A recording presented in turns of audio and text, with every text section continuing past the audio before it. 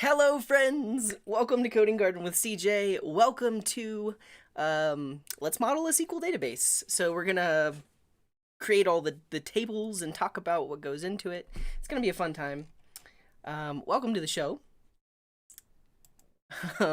If you look in the description of the YouTube video and also the show notes on Twitch, there is a link to this Lucid chart document. And this is where I'm going to be designing the database, so you can see in real time while I do it. So let's say hello to everyone. Hello, Andrew. Hello, Greasy Woot. Hello, Code with Dinesh. Hello, Howsome. Hello, Scrimpy. Hello, Balzine. Hello, Alka. Hello, Michael. Hello, Abby. Yeah, Andrew is saying they have class now on Zoom. I know so many people that are working remotely or they have online school now, which is crazy. Yeah, there's a lot of people watching. I'm guessing a lot of people are at home and able to watch because they're not at work. Hello, Nahal. Hello, Leandro. Hello, Swastik. Hello, Coding Pasta. Yes, hopefully everyone is staying safe. I haven't left the house in like 2 weeks. So practicing social distancing. Yeah. And hello, Daniel. Welcome. Hello, Krishan. Hello, Mystic. Yeah, Nahal says Twitch is blocked at their work. That's unfortunate.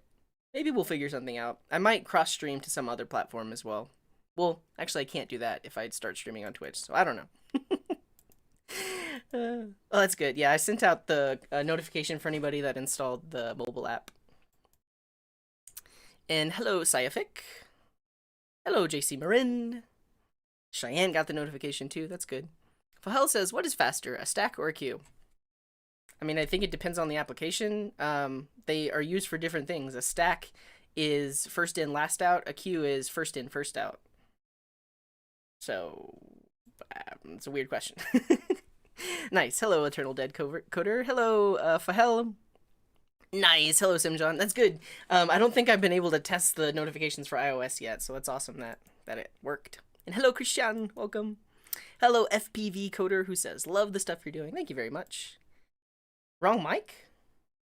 This seems different. Does it sound okay? I couldn't see my audio monitor, so I for a split second when I went live, I didn't know if you could actually hear me, but I think you can hear me. Let me know what you mean by that, Alka. And hello, Howsome. Good morning, client telephone. Hello, the Danif. The Danif. Welcome. Was Danif already taken? That's funny. Hello, Re235. Hello, Stefan. Hello, Win320day. Hello, Max. Hello, Christian. Hello, Eternal Dev Coder. Oh, it just sounded different? I don't know. Could be because it's early in the morning. My voice just sounds different. And hello, Barrow.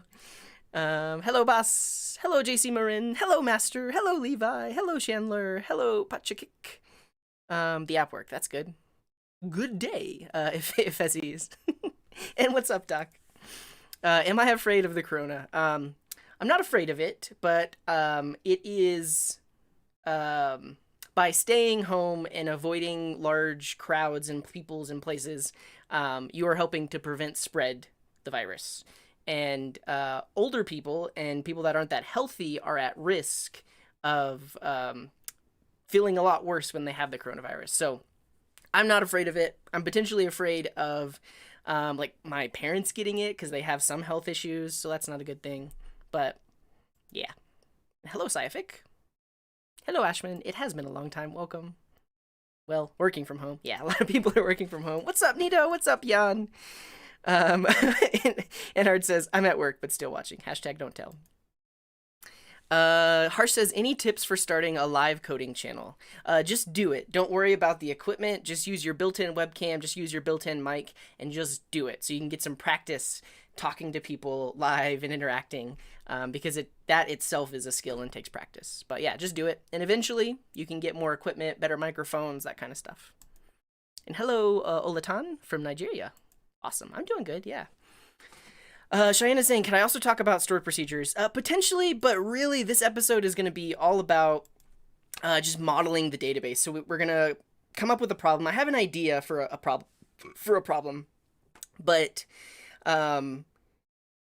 we can also vote on it if you all have other ideas. So I'll throw that out there right now. What are some ideas for some complex applications that we could potentially model the database for? My idea right now is to do like an inventory tracking application. My thought is I have a lot of food in storage and different things around my house that I'd like to keep track of. So it'd basically be like an inventory application that you can use at home. And so we're going to design the database, and then eventually, like in some future episode, we could build like a mobile app for it or something. Yeah, the Walmart warehouse system. Christian says a TP tracker, electronic medical records, a bank. I want to model something that eventually we can actually implement and build an application around, but today is just going to be the database model. So yeah. But we'll hold on to that question, and I can at least talk about what are stored procedures, because people might not have heard of them. And hello, Debursik. I am staying safe. Hello, Just. Chandler says, stop saying hello to everyone and please start. No. This is my channel, and I'll do what I want. Thank you, Manish. You know the quarantine is getting to you when you say, ooh, SQL database. Yeah. That's good, Sean. Good to hear. Do I know any better data structures tutorials? Not that, not really, not offhand. You can look for JavaScript data structures. There's a GitHub repo out there with a bunch of data structures implemented. So yeah. We actually aren't going to decide on a database today. We are simply just going to model it. And that model could be implemented with Postgres or MySQL or MariaDB or any other SQL database, but we're really just going to model the thing. It's good to hear. Hello, boss. Nice. Everyone seemed to get the notification. That's good. Thank you, Doritos. Hello, Mark from Lebanon. Welcome. Hello, Master. Not much is new. I got a ton of sleep last night. Woke up pretty early, so yeah. Yeah, Imaginary Warhawk says, lucky for you, you have a job which is no problem working from. Exactly. Like, nothing has changed. I started working, working from home more often, much sooner than everyone else at the office, just because I wanted to play it safe, but yeah. Why don't I work as an engineer for a company and make a lot of money? I do work as an engineer. I don't know if I make a lot of money. I make a decent living, but I do have a full-time job. This is just a part-time thing. And hello, Michelle. Any tips for a JavaScript beginner? Practice, practice, practice, practice. Hello, Algorithm. Hello, Paolo. Hello, Domenico. Hello, Subin. Let's get the greetings out of the way. Hello, Barak Dado. Hello, Sarit. Hello, Rafal. Hello, Sefa. I am Corona. Well, that's not good. Hello, Hassan. Hello, Rohan. Hello, Kiana. Hello, Kevin. Hello, Mark. Hello, Alvin. I'm doing good. Hello, Debursik. Hello, Man on the Run. It's been a while. Welcome back. Hello, Aluib. Hello, Ivy. Hello, Random Tim. Hello, Yannick. Hello, Gavinga. Hello, Joundi. And hello, Chexy, who's the first time here. That's great. And hi, Shaggy. Welcome, welcome. Yeah, there are a lot of messages. I think I'll get into it. I'm going to get to the messages where people were recommending different types of things we could model, and then we'll vote on it. That's good, Refactorer. Glad to hear it. Yeah. Is the community app live? No, it's not, and I said I would try to revamp it here in March, and I haven't yet. But essentially, the mobile app that I built, I kind of want to turn into the community app, so we'll see. And thanks for the follow, Wheels Gaming. The video game? There are no video games. Too many messages. I can't keep up. Yeah, there are a lot of people watching. Hola, Pocho. Welcome. Any thoughts or ideas on what web development will eventually evolve to? It's a broad question. You don't have to answer. I think like web development is the future of most application development. Like you already see that happening. All these people that were used to building desktop applications and native applications are moving to web development. So it is the future, and the future is now. And hello, Marishi. How was my virtual game night? It was good. We played Jackbox Party Pack, but I had a Zoom meeting, and so we had like 5 friends join, and we were able to play the games remotely, which was pretty fun. Always bet on the internet. Electron, anybody? Yeah. And hello, Relaxator TV. Welcome. That's good, Wills. Glad to hear it. Yeah. What am I doing now? Coding and staying in my clean room. That's good. Shia LaBeouf. Oh, thank you, Abby. Yeah, we're gonna design a SQL database. That's the plan. Yo, yo, yo, yo, yo. Mr. Happy Man. Oh, thank you, Mr. Waffles. Hello, welcome. A universe. Yeah, let's we'll save these suggestions, and then we'll vote on it. So you could design like a school system. You could have classes and students and enrollments. It's pretty complex. I do want to build something that we'll be able to implement later on, and that would be fun to implement. A toilet paper tracker, sure. I'm thinking we might do an inventory system because I've been thinking about it a while, and I kind of just want a personal inventory system for my house. So I think that's what we're gonna do, but we'll see. Electronic medical records. I'm gonna go ahead and say no, just because when you're dealing with health-related applications, in the U.S. at least, you have to deal with something known as HIPAA. And I don't want to create anything on my channel that would result in someone else violating some HIPAA concerns. So we're going to say no to that. We could do a bank. I don't know if we're going to start a bank, but we can model it. And I will absolutely explain what I mean by model. And hello, Aldu. Thanks for the follow, Lycan. Employee training for multiple classes across multiple departments. Yeah, I think it's more like a school system, so we could do that. Internet of Thing devices. We could model a system that keeps track of IoT devices in real time. That's true. Yeah, like a whiteboarding app. What do I think about the pipeline operator? This is that functional programming thing, isn't it? Yeah. I don't know how I feel about it. Because, oh no! That was a great Rickroll.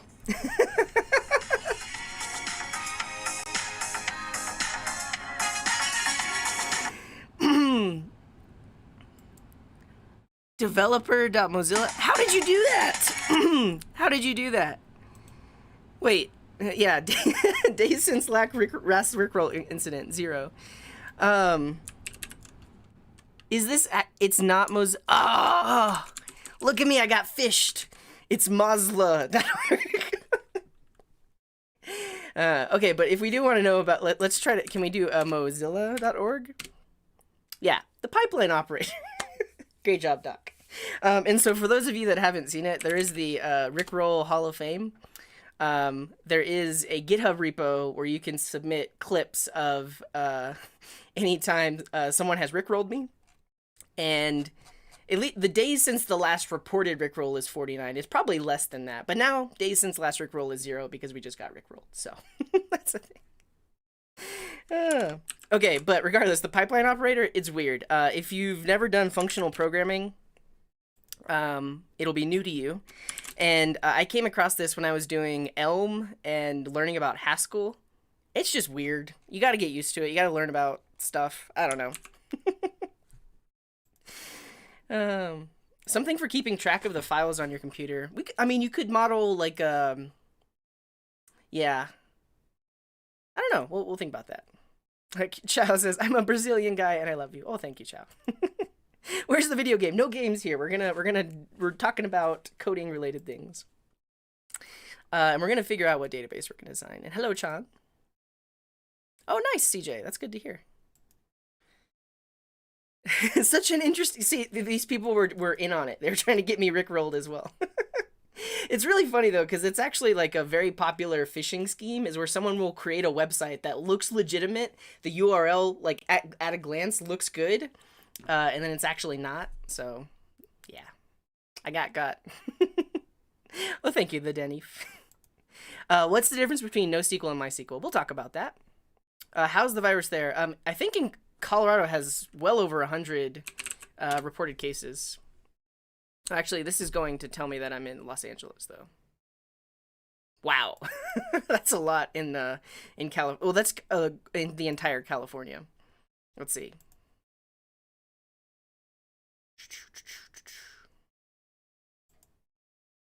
Look at the U.S.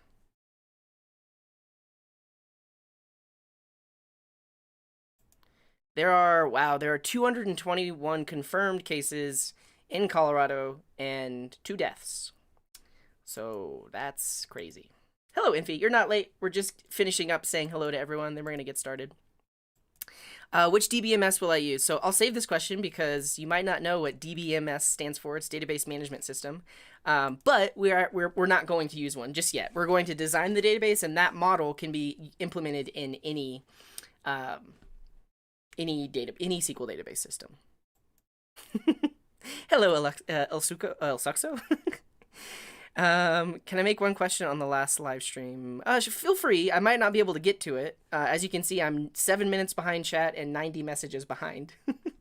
But in about 2 minutes, we're gonna do it live, and I'll only be looking at the stuff on the right. Would you reveal to us what is your full-time job position? I think I've talked about it before, but I work at a company called 303 Software. It's based here in Denver. I suggest learning TypeScript before learning a framework. I really want to learn TypeScript, want to try TypeScript. You can do anything that you can do in regular JavaScript, you can do with TypeScript. You would have like a transpile step, but if you want to learn it, that's totally fine.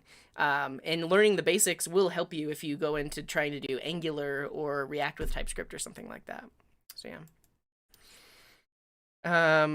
I don't really understand when people say it depends on the product you're building to choose the type of database, like RDBMS and NoSQL. Well, we can talk about that too, but different applications might store data in a different way and might have different constraints or requirements on how you store that data.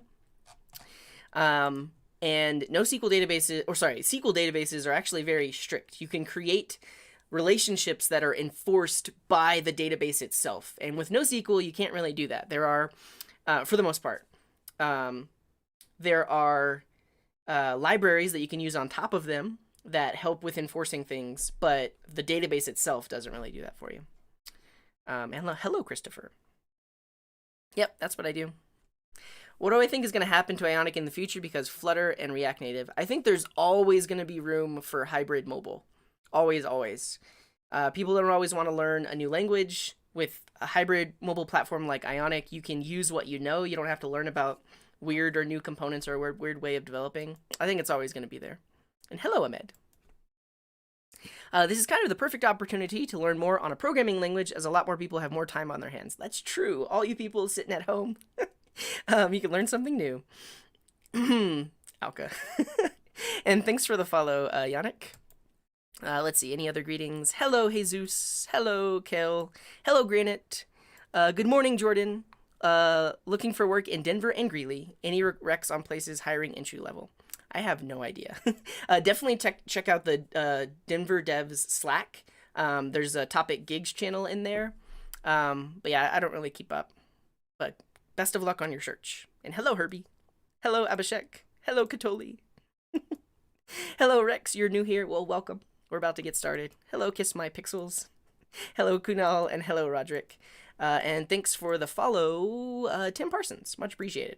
All right. I missed a bunch of messages, but if you have anything that you want to say that I didn't get to see, feel free to say it, and we'll see it on the right. We are going to now decide what database to model. I'm going to do an inventory system. I don't think we're even going to vote on it. It's interesting to think about though, like any application that you can any application that you use or anything has to have some sort of data store, and they had to model that database in some way. Let me see if I can turn on slow mode. How do I do that? Can I not do that? I should be able to do that.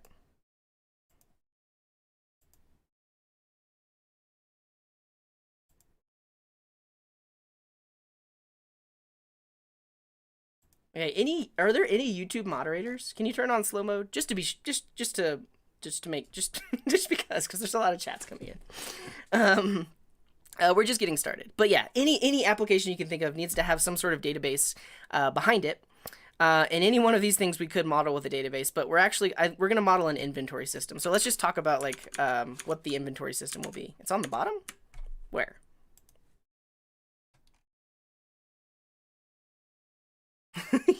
YouTube stream in 2020. Where? That's the emojis. Do I have to go to the actual YouTube page? I have to do it in YouTube Studio? That's weird. All right, I'll do it in YouTube Studio. No, I see participants.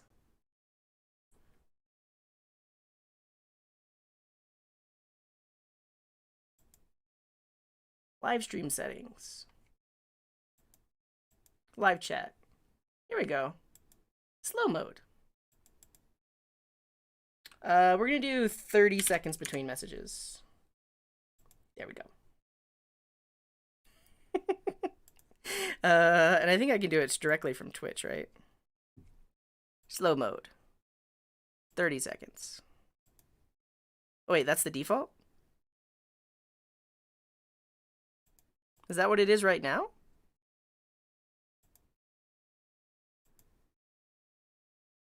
$20. Okay. Cool. Okay. MKS Gaming, I'll send you a message on Discord later when you talk about that. See you guys in 20 seconds. All right. Okay, so we're going to design an inventory system. Let's talk about that. So we want an inventory system. And when you're designing a database, you need to think about what are all the things that are going to be in your database. And these are known as entities. Entity. There's probably a much better definition, but it's something in your database. So if you have a database that is representing like a school, one student would be, well, a student would be an entity, or a teacher would be an entity, or a class would be an entity, or an enrollment to a class could be an entity. So something in your database, we'll come up with a better definition. Basically, we need to describe all of the entities in our database, and we're going to describe how those entities relate. So entities in an inventory system. So we're talking about inventory. That's basically like goods, quantity of goods. For each individual good, you might have the expiration date. You might have when it was purchased.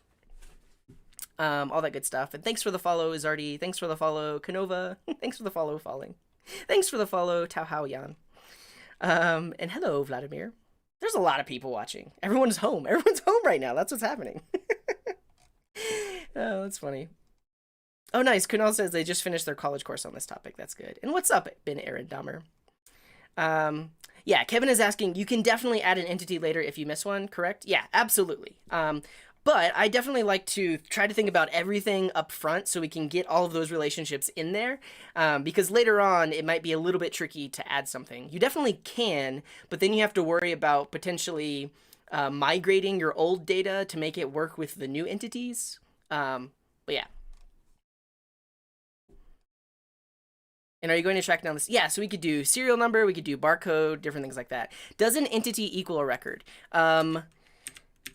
No, so let me make this a better description. So entity is the description of something in your database, and a record is a single instance of an entity. So you could have an entity that is students, but you would have one student record that represents one individual student. So I believe those two are like slightly different.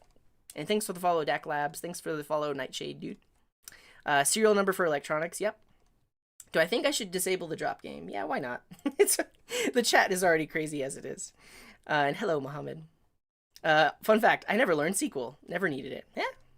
Well, we'll learn about it today. Well, I mean, honestly, we're just going to learn about modeling. And then in a future episode, we'll actually implement this with SQL. And thanks for the follow, Dijatol. And thanks for the follow, Kim Jong-un. Okay, so entities. I'm thinking we could have like a product. We could also have locations. So where in my house are these products? And products are going to be related because they will exist in one location. What else? What are some other things that we need in a home inventory system? We probably have product type. So probably like food, electronics. Yeah, so types of goods. And we'll talk about, once I start to create the tables for these things, or the description of the tables, we'll talk about why why product type is an entity. Whereas if you're using something like NoSQL, you might not actually have a product type entity. You just have a property that's a string instead of relating it to some other entity. But we'll talk about that. Weight. And I think with weight, we're probably thinking more about the actual fields or the properties of an individual entity. So a product can have a name, it can have a purchase date, it can have an expiration date, different things like that. It could have a quantity, but we'll talk about how SQL databases allow you to structure things so that you don't duplicate data, and you can have like a safe record of that data. So instead of storing a quantity directly on the product, we might actually have a separate table that has an entry for every instance of that product. Like if I have multiple boxes of Kellogg's Frosted Flakes, I might have one entry for Frosted Flakes, and then I have another table that says I have an instance of Frosted Flakes, something like that. Yeah, we're going to try to do as like third normal form, and we'll talk about what that is. Yeah. Manufacturer, brand, all that good stuff. But in that sense, you could actually have like brands, manufacturers. Is that the same thing? Let's just go with brand. Product type, location. Is the audio slightly glitchy? Let me know. I can try to fix it. Warranty information. Let's say a warranty itself is an entity, and then we can attach a warranty to a product. But yeah, we'll talk about the actual properties later on. But right now we're just thinking of not the properties of each thing, but the things themselves. You think like they're objects, I guess. Yeah, we're definitely going to do multiple tables. Product experience date. When you bought the item, where did you buy the item, the type of product, how much of the product exists. Yep. Owner, I like that. So we could have, we could list who purchased a given item, and if this is for a household, you might have multiple owners, like all the people that live there. And if they're all contributing to this database somehow, eventually we're going to have like an app for it. When somebody adds something into the system, we can show their icon next to it because a product could be owned by some individual person. Boyce cod normal form. I haven't heard of that. Nutritional facts. Trying to think. That was probably... So we can get crazy with this, right? Like we have all these entities, but then each entity of a certain type could also have nutritional information, but we would probably want to store that like in its own separate table and relate it. But yeah. Michelle says, in my company, we have tables which don't follow the first normal form. Yeah. So I'm just going to leave a note for myself. Talk about normalization. Yeah. Audio is good. Okay, that's good. So instead of brand, let's have manufacturer. Because I'm thinking we're going to have more than just food. It's going to be like actual items too. And so it's more than just a brand, I think. Hello, Julian. So are entities just models? Yeah. So if you could think about it like if you're used to doing like code first or actually implementing models in your code, typically each one of these entities with an ORM might actually be a model or a class object that describes it. Price, expiration date, yeah, all of those are going to be properties on a product. We could have, so we have the,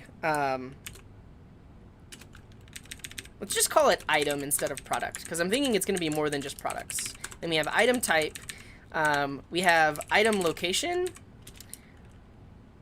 and we probably also have like item purchase location. So you could have like different grocery stores listed here, and then you could associate a given item with a grocery store when it was purchased there. So yeah.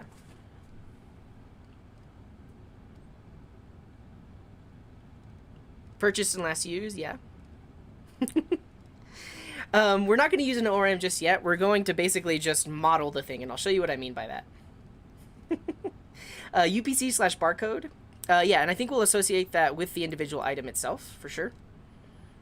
Calories per serving could be good if we don't want to get too deep into with nutrition. Yeah, but I also am thinking I might store electronics. Like I have like 10 Arduinos, and Arduinos don't have a um, nutritional content. Hello, Herbie. Yeah, bought from or source. Cool. Each product also needs 5 different conflicting product reference numbers for interfacing with legacy supplier databases. Yeah. It's not just food. We're going to do more than just food. And hello, Furkan. Hello, Aeotech. The Twitch logo in the bottom left is the number of followers. It's not the number of people watching live. It's the total number of followers. So if you haven't followed me on Twitch, please do. Abstract entity. Okay, I think this is good. It's also good to potentially think about how you're going to use the application. And my eventual goal is to have like a mobile app where when I purchase things, I could potentially scan the barcode. I would be entering in all the information. Like it would register when I bought it. I could enter how much I paid for it. I could enter any warranty information. I could select the manufacturer. Whether the item sparks joy. That's actually not bad. We could do that as a property on the item. Yeah, and in a second, I'll definitely ask for suggestions on what are the properties of these things. Because things like last used, this could really help you get rid of waste, right? You could put all the things in your home in the system, and you have a last used date. And if you never use that item, you could actually show this item was last used 6 months ago. So maybe you should get rid of it. But yeah. And hello, Punk King. Thanks for the follow. Thanks for the follow, Danny Cobb. Okay, so let's go ahead and just start to implement this system. Instead of owner, I'm just going to call it user because I probably will want users to log into the system. So we'll start there. We'll definitely keep track of expiry dates and quantity, but let's start here. If you've never used Lucidchart before, it's a pretty cool tool. And if you click search, you can actually just search for entity. And the one at the top, entity relationship, is what we're going to use. So I'm going to pin that. And now we have access to it down here. So this diagram that I'm creating is known as an entity relationship diagram. We're basically going to describe all of these entities. We're going to describe all of their properties. We're going to describe how they relate. And eventually, we can use all of that information to actually implement the database and build an application around it. We are making essentially an inventory system, but today we're just modeling the database. We're not really going to write any code. What type of database is better to use for a mobile app? It really depends. There are embedded databases, so you technically could use something like SQLite in a mobile app, and even with SQLite, you could go through this exercise of modeling the database. You could also use like KneeDB or some other JSON-typed database, which is similar to MongoDB, but it's like a embedded thing. Well, yeah, I've heard of that break timer. But I think my break timer is not running, so let's get that running. There we go. Cool. All right, so most diagrams start off with a user type. So we're going to add an entity here. And there is some debate as to whether you should call your entities plural or singular. I like to call them plural. I knew a guy that was way into databases. Databases were his thing. And the way he describes it is a table describes the entity itself. Eventually, we're going to have data inside of the table. Those are records. And you could think of all of the records as plural because it's multiple of this type of entity. So I like to go singular. It doesn't really matter at the end of the day. But I do like to go singular. So, and then the first thing we need is a primary key. So this is going to have a primary key ID. The type is serial in that it will be auto-incrementing. Any new user we add into the system is going to get a unique ID that is that increments based on how many users we have. And this is the primary key. So as we start to create these other tables, we potentially will relate them back to a user. Like a item might have a purchaser ID, and the purchaser ID relates back to the user table to tell us which user actually purchased that item. So the primary key here is very important, and later on we'll use foreign keys. And what else? What all do we need about a user? We probably want, if this is like an online system where they're logging in, they probably have an email. This will be text. We probably have a name. What else do we need for a user? Probably a password.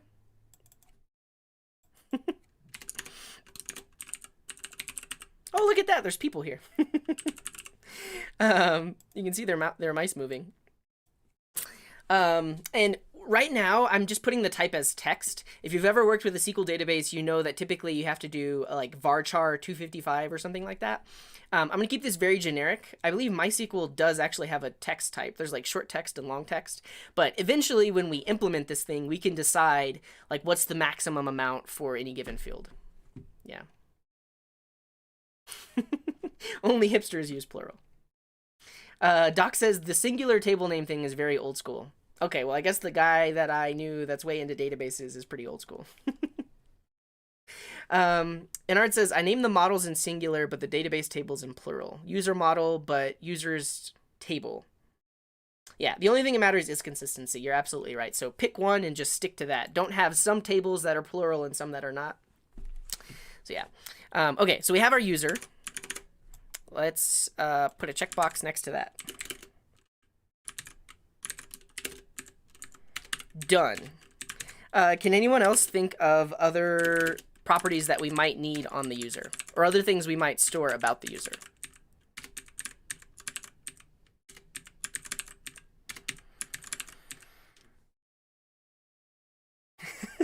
Well, I can agree that it's all right as long as it's not an emoji. Cool. Yeah, the red chats are coming from YouTube. I'm live on YouTube as well right now.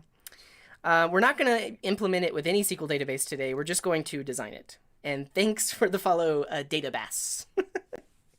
An internal dev coder has a good question. Is it better to use numeric primary keys or UUID primary keys? For something like a SQL database, numeric primary keys are the easiest and probably the most performant. Don't quote me on that, but it's built into the SQL database to automatically increment an ID when you're inserting a new row. Behind the scenes, it stores the last available ID, so it knows how to increment it.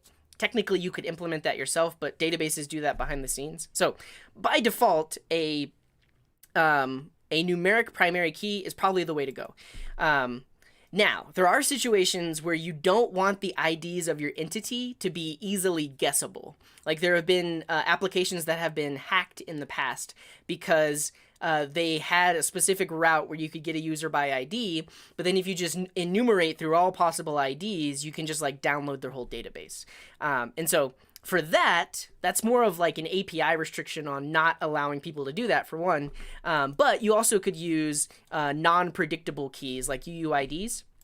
But I did some research into this, and people were even saying when you're in a SQL database, you might actually store both. So you have the internal numeric identifier that's used for like foreign key references, and then in your application, you could potentially use the UUID for lookups, and you could store it as an index or something like that. But yeah.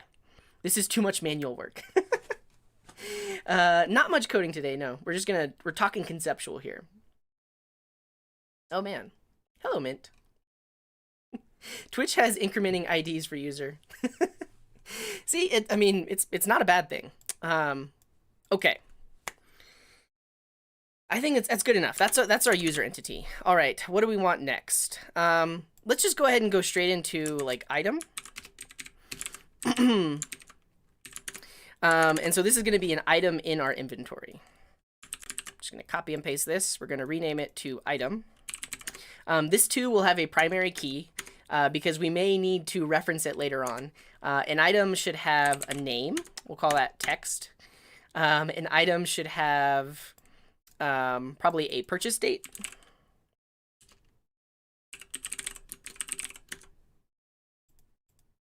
Have I really been live that long? That's crazy. We have 2 database tables. Yeah, and typically what I like to do when I'm actually implementing these is every single table has a created at date and an updated at date. So I don't usually put that in the diagram because it's kind of like a given that every single table is going to have created at and updated at. I like to use an ORM called Objection.js. It's really nice. All right, we have purchase date. Someone mentioned quantity. I'm gonna go ahead and just throw all the things that people mentioned on here. So give me your properties. This is the item. This is going to be the thing in our inventory. What are some properties that we would want to store about this item? And hello, Ozma. Use objection with connects.js. So objection is the you can create models with it, but it still uses connects under the hood for actually doing the queries. And I use connects for creating like database migrations, and then I use objection for just doing the database models. Doc says, ID keys that increment in a predictable way give lots of advantages for efficient indexing, sharding, and stuff, and makes paging results easier. Exactly. However, you may have some application where, as like a security precaution, you don't want guessable IDs, and that then you can go down some other route. And thanks for the follow, Veronica. That's a good one, Doc. Hopefully he clicks it. Type, yeah. So we have the item type. Let's insert a bunch of things here. And right now, I'm just going to put it all in this table, and then I'm going to talk about why we should probably store this in a separate table. Astayanix is saying, you always need a separate date table with all foreseeable dates into the future. What? Like a table that is a list of all possible dates? I've never heard of that. What else? Well, thank you, Zishan. Much appreciated. Please help, I have a problem with connecting my database and Node. Well, today we're not really writing any code. We're just thinking conceptually how we're going to model this thing. A table of all possible numbers just in case. Yeah, I haven't used that recently, so I don't really know how to help you out, services. Can you do regex with like? You can do things similar to regex, yeah. I will actually build an app that uses this database at some point. That's the plan. All right, you all had a bunch of suggestions earlier for the different types of things. Okay, yeah, there's somebody said description. Let's add that.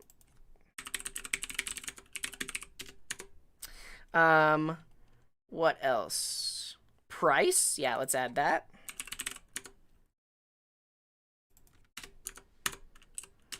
We'll probably store this. Right now, I'm just putting number.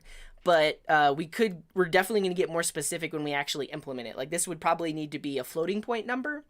Or you can actually, a lot of databases store prices as an integer, and they store it in cents rather than having floating points, so you don't run into decimal issues. But yeah, we'll talk about that later during the implementation. Bought from or source. Yeah, so like whereby. Expiration, I like that. Yeah, and this will be a date time of when that thing expires. Purchase date is not text. Purchase date should be date time. What else? Last used, sure.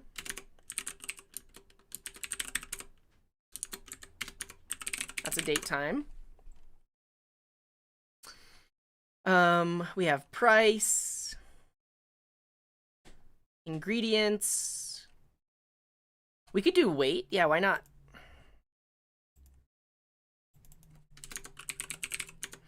And this is a number of some kind. Okay, let's see if we have any new suggestions up at the top here.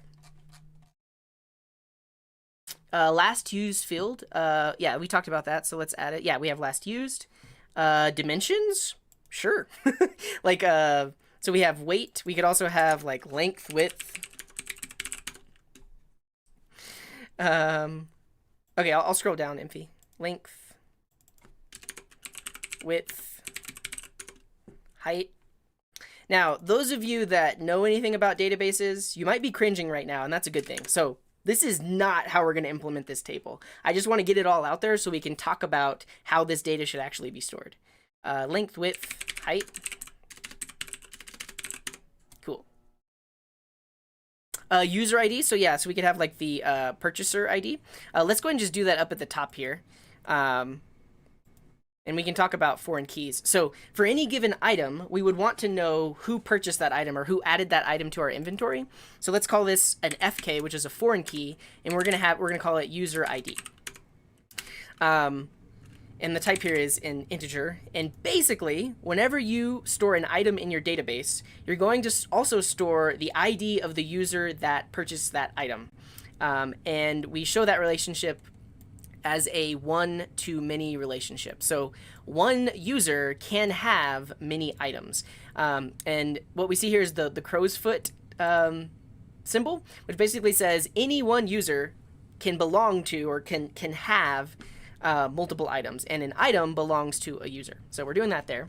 Let's see what Imphy said. Whereby. I have that. Nicotech is saying, as long as there is user interaction, all tables need a deleted at column. Lazy deletions. Yeah, and so I think that's another thing that I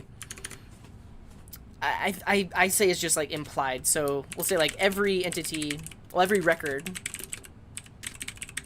will have a created at, which is DateTime, an updated at, DateTime, and a deleted at DateTime.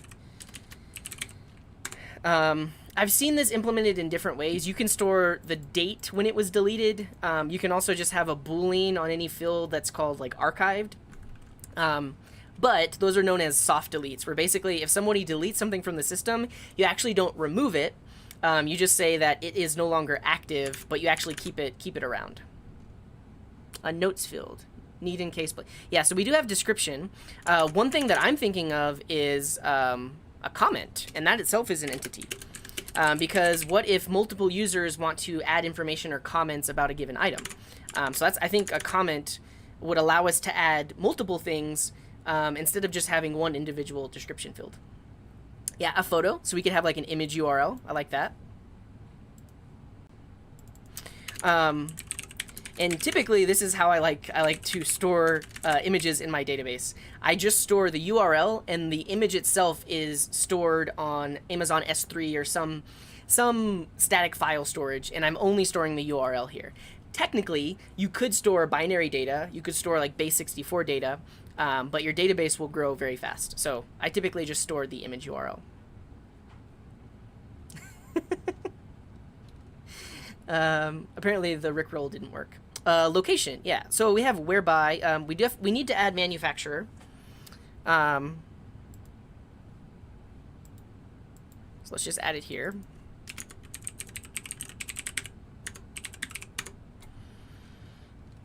Wow. Height, width, supplier ID. Hello, Ashish.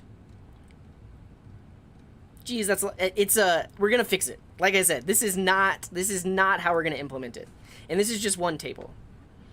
Item properties with the dimensions. Yeah, exactly. That's exactly what we're going to do in our... We're probably going to have another entity called like dimension. And it will have these properties. And then an item will just have a dimension dimension ID that links to that other table. That's what we're going to do. I was not making a suggestion. Okay. There's my break timer. Let's take a quick stretch. Oh.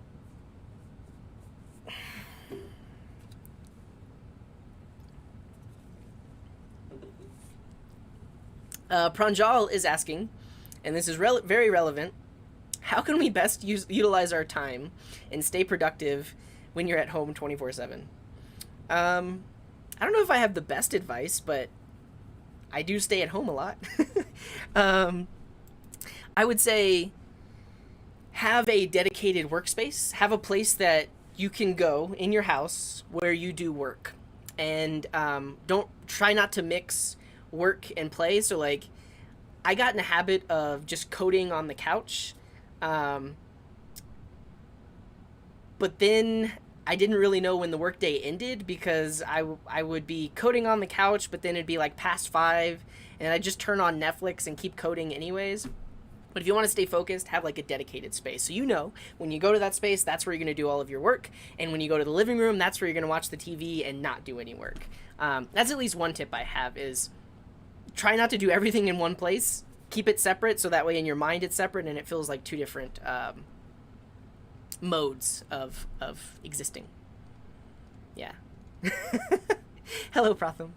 Related item. A relationship to another item, like a pen refill, would be to the pen. Okay. And like I said, this database table is going to get a whole lot better. But let's say related item. For now, we're just going to put it as text. We would never do that, though. Okay. Astanik says, a master data management professional. It's actually a best practice to have a separate date table to use as a primary key, and then a date is used as a foreign key on every other table with item date, user date. It seems strange, but it is a best practice in industry. I could see that happening if you're explicitly just storing dates, like month, year, day. And then there is data duplication because the dates are only stored in the table, and then you have a foreign reference to them. But I guess that would mean you would have to store the date and the timestamp separately if you did want to store the timestamp as well. I've never done that in any of my applications, but it seems like in bigger things that might make sense, especially if you really want to strictly enforce relationships. Yeah. Comment equals notes. Okay, so you have a description which describes the item, but let's say, yes, you want just a, like, well, no. I think we're going to go with a separate, like, comment table or notes. Cool. All right. Hello, Joe Mama. Welcome. A last login for the user entity? Sure. But again, you probably shouldn't do this, and I'll show you why. Hey, look at that. Hello.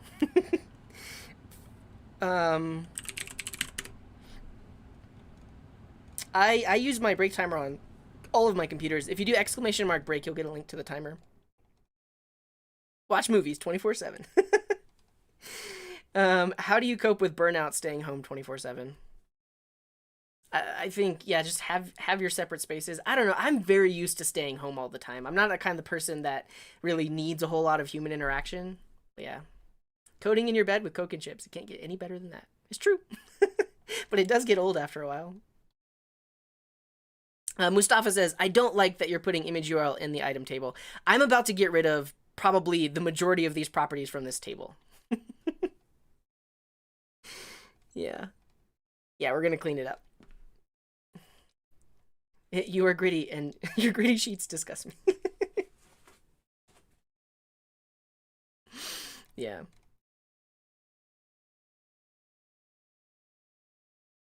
Yeah, exactly. We would definitely have a different location table. Okay. Not sure. Is Corona column? Where are you adding the joy level, Phil? Okay, so yeah, we're gonna add a another column called Sparks Joy, and this is a boolean. Okay, and thanks for the follow, R.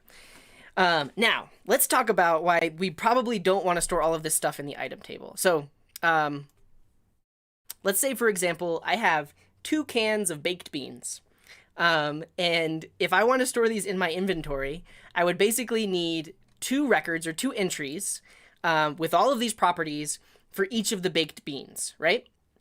So I would need to store, or potentially I only store one of them, and I put the name as baked beans, the quantity is 2, the item type is canned goods, or something like that.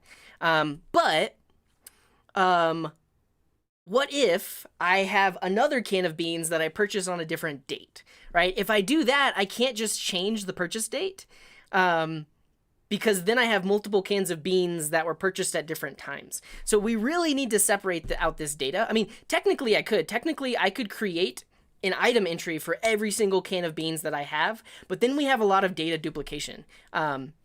The item type, the description, the price, beans, the manufacturer, all of that is exactly the same for every can of beans that I have. So we want a way to store this so that we don't have a bunch of duplicate data. So let's do this.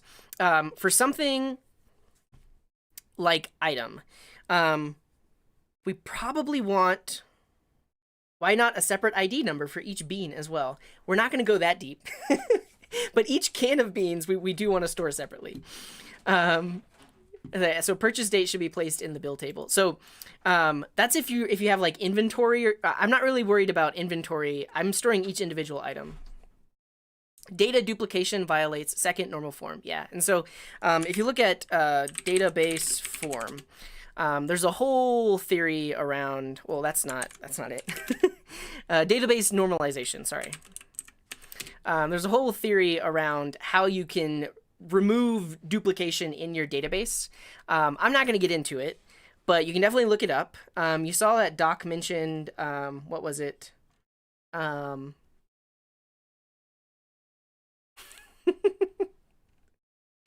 BCNF, that's a type of normalization, BCNF.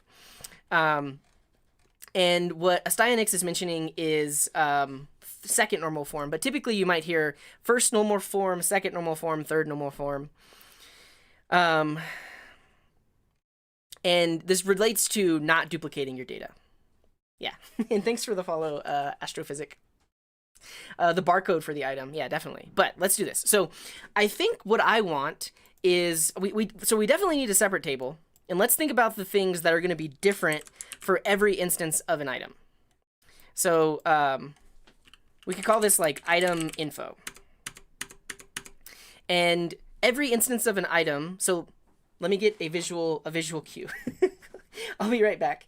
But in the meantime, shout out to all of my patrons and YouTube members for supporting me. And here are their names now. Maybe. I'll be right back.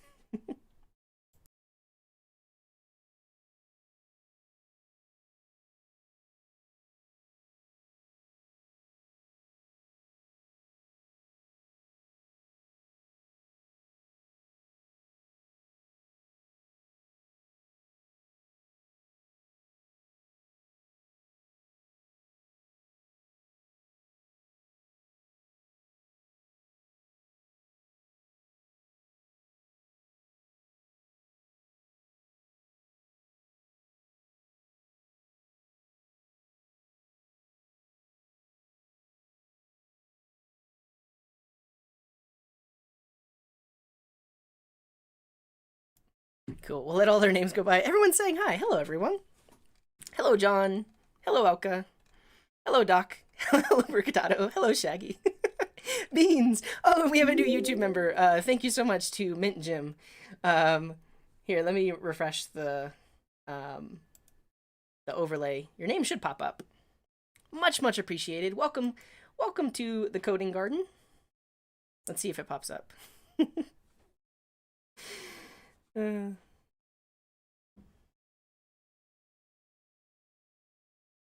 YouTube members. It should automatically update. Yeah, absolutely. Once we have Twitch subscribers, they'll show up on this list as well. So there's Mint. Thank you very much, Mint. Much appreciated. Okay, we now have a visual cue. We have 2 cans of baked beans, right? These things are essentially identical. The barcode is exactly the same. The ingredients are the same. It's the same thing, right? That's two baked beans. But let's say I bought this one today and this one like 5 days from now. But actually, let's see. Nope, they have the same expiration date too. Oh no, they don't. This one expires in April and this one expires in March. So, each bean is unique and special.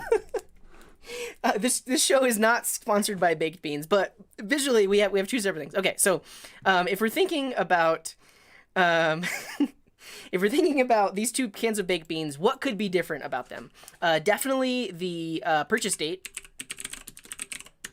That's a date time, because every can of baked beans that I buy might have been bought on a different date, and I would want to know that. Baked beans. And thanks for the follow, Carto. Well, I think what happens is the image proxy it prevents very large images, which I think is a good thing, because technically it could like hog my bandwidth. But yeah, and so each item might have a unique expiration date too. So let's remove the purchase date here. The expiration is different potentially for every item as well. So let's change that. So we'll have the expiration date, and that's a date time. What else? Where did we purchase it, right? I could have got this can of baked beans at one grocery store and this can of baked beans at a different grocery store. So we'll store this as purchase location. And for now, we'll just call it text. But eventually, you might start to see how this is going to happen. Instead of storing the purchase location as text, this will actually be stored as a location ID, and then we'll link to some other table that stores our locations. And hello, Gabriel. Welcome. Good morning, sire, not Blue Beast. The question is, what grocery store did you actually buy them? Yeah, we'll talk about that. So we have, where did we buy it? What else? We could have potentially paid a different price, right? This grocery store had it for $1.99 and this grocery store had it for $1.50. So it would make sense that for an individual item that the price is actually stored differently. So let's put the price here as a number. Oh no, not the whole thing. And hello, Gandalf, welcome. Did you miss something? Oh, we're just designing an inventory database. And right now we're basically normalizing the data. So we're taking data out of this table that would potentially be duplicated, and we're removing it into a separate table so that way they can share some information. Like if we think about the things that are the same to both of these, the name is the same. Quantity is probably not the same. And actually, instead of storing the quantity, I might not store that at all, right? And then every instance of item info I have in my database that's related to this item, if I count them all up, then I know how many I have. So this probably, this does need a foreign key back to the item table. We'll call this item ID.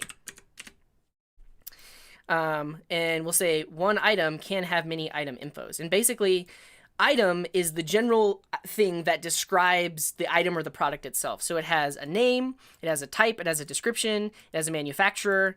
It no longer has an expiration because that's unique to each individual item. Last used is probably unique to each individual item as well. Though when you think about a can of baked beans, you can only use it once.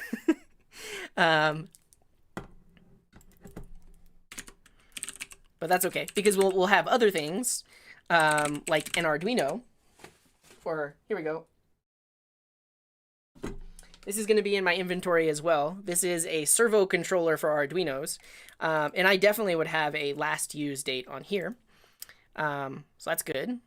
Number of beans remaining. So we can get rid of last used. Image URL. So let's talk about this.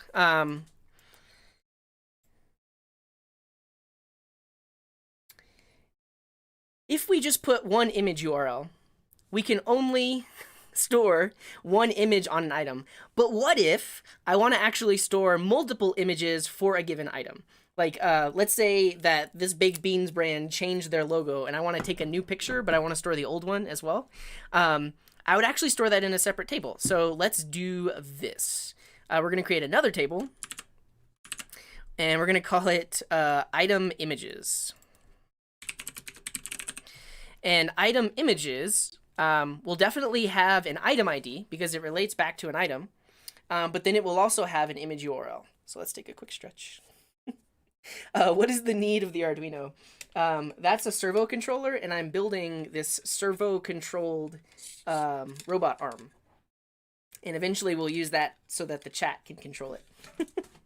Okay, so item images. So this has an item ID and then an image URL as text. But now what we can do is for every instance of an image, we put a new row into this table. And that way an item can actually have multiple images.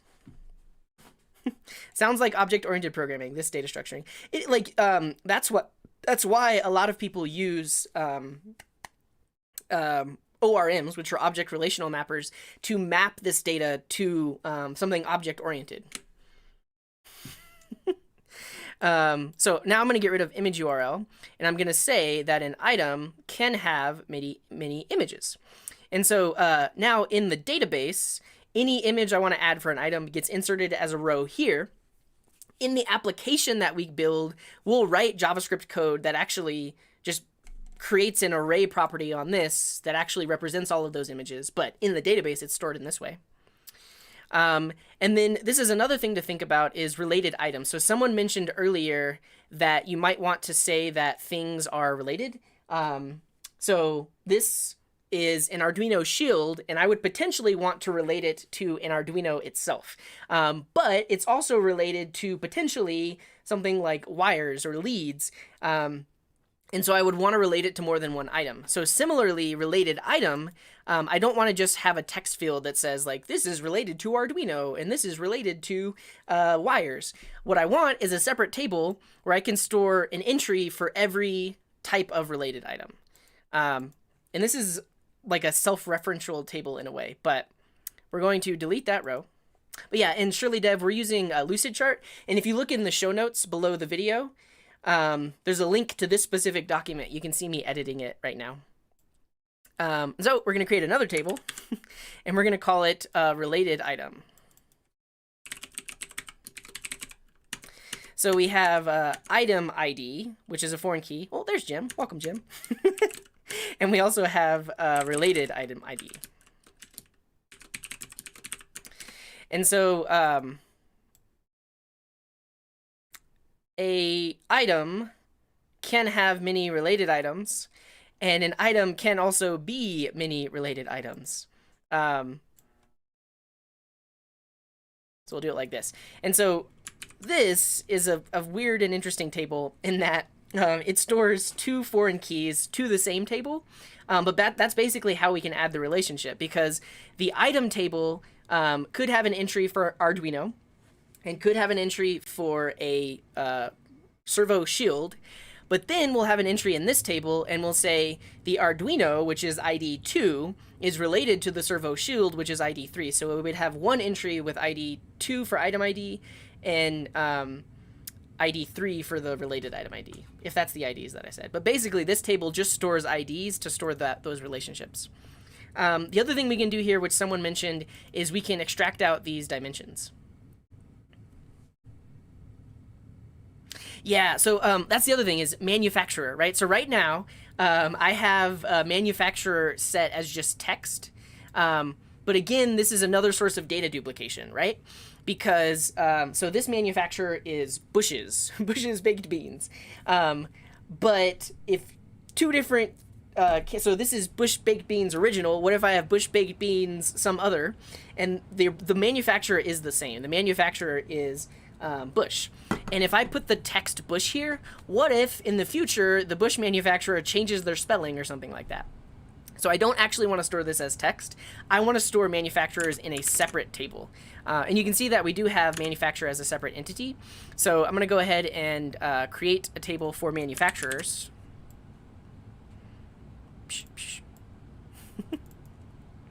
Manufacturer. And they have a name. They potentially could have an image URL or like a logo URL. They could have a description. What else can a manufacturer have? We could have a manufacturer type. Yeah, I think that's good enough for now.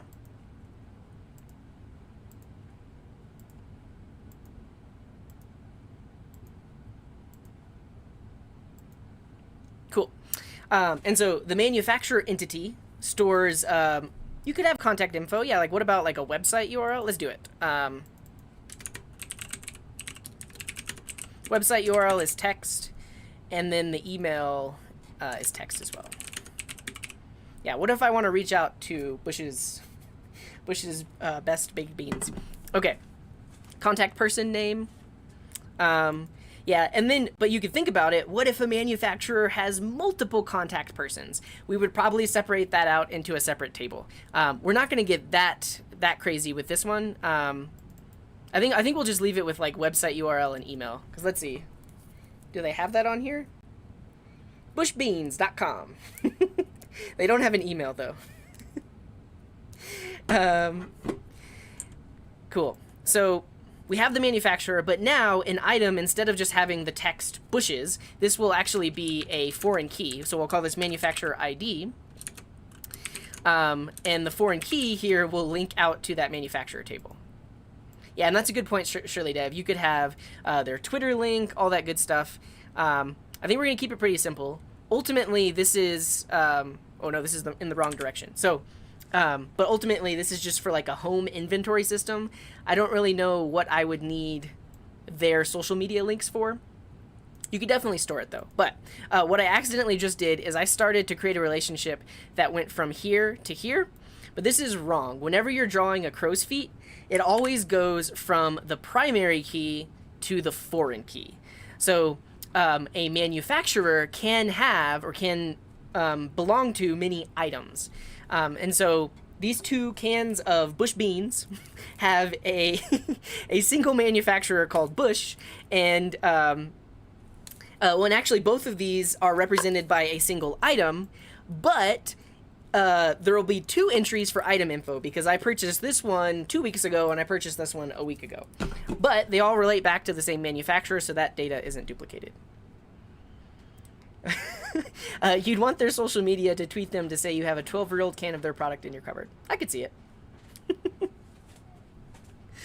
That's good to hear, motivation. That's good. Yeah, and so what we decided is this is a home inventory system, and we're really just talking about how can we model all of that data in a SQL database. We're not going to write any code today. We're really just modeling it, and then in a future episode, we'll actually implement this with SQL. Potentially something like Connects, which is a JavaScript library, but we will implement it. Alwyn is saying manufacturer's address. We can do that. Bush Beans is located at P.O. Box 52330, Department C, Knoxville, Tennessee. So let's do that. And again, well, not again, but this is something that we would actually want to store in a separate table, because you would probably do something like street address 1, and that's text.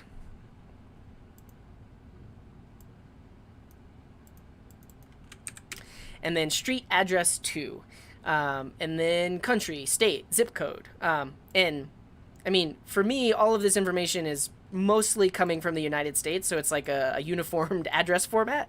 But if you're dealing with things from different countries and different states, your address table can get a little more interesting. But that's all the things that we would need to store.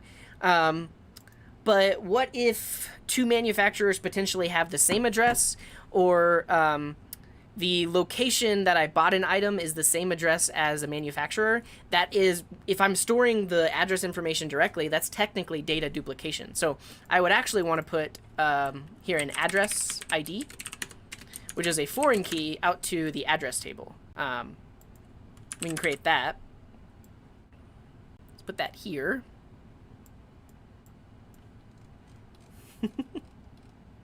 I'll be streaming for about another 45 minutes is the plan. And so let's call this address. We have street address 1. We have street address 2. We have city, country, no, city, state, and then country. And that should do it. There is a problem with this table that I just created.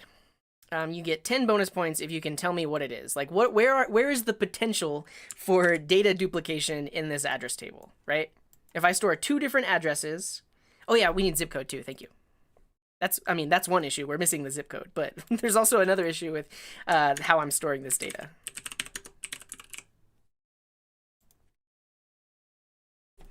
Baked beans!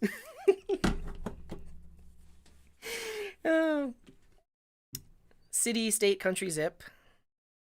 Violet Craze says, not all databases use unit numbers and addresses, so it's not uncommon for our mail to go to our neighbor's house. Oh, that's crazy. Where do you live? And hello, I'm funny. But yeah, that's a good point, Noel. The duplication of the country, right? So let's say I have more props than you thought of. I have a can of cheesy. Oh, it's blue. It's cheesy raviolis. But these have two different manufacturers. And this one is located in Knoxville, Tennessee, and this one is located in Berkeley, California. But they are both in the United States. So if I had two different address entries, they both would have the text USA, right? And so that's technically data duplication because two different entries have the exact same text. And it's always going to be the same text, especially for things like country, state, city, all of those things. We probably want a lookup table. Yeah, and Eternal Dev is saying it can be a pivot table. So basically, we could have a table that lists all the possible countries. We could have a table that lists all the possible states. Potentially a table that lists all the possible cities. I might not do that because I'm so when you're talking about normalization and data duplication, sometimes you have to be okay with data duplication. And I think I actually would be okay with duplicating cities just because I don't know how many of my different products or the manufacturers for products would be located in the same city. Zip code potentially, but if you're storing zip codes with the extra 4 or 5 digits on the end, those are actually a lot more unique than just an individual like 5-digit zip code. So I'm actually okay with data duplication there as well. And so this is a good time to talk about, you don't have to deduplicate everything. Sometimes it's okay to duplicate data, and it's really just up to you in your database implementation. But let's do it. So for the city and state, these are going to be lookup tables. So I'm going to have city, which has an ID. It'll have a name. And that's probably all we need to store about it. Well, actually, sorry, I'm not going to do city. I'm going to do state. The real Pygon says, someone who with serious OCD to use this for every trip to the grocery. But I could totally see using this for insurance purposes. Yeah. I thought about it because I'm storing a lot of food because I'm home so often. So it would be good to know when certain things are going to expire and like when you should rotate them in your fridge and in your pantry. I always insure my beans. That's a good point, Doc. Okay, so we have state. And now instead of storing the state as text here, we're actually going to store this as state ID. And this is a foreign key. And remember, the crow's foot always goes from the primary key to the foreign key. And then we need a similar table for country.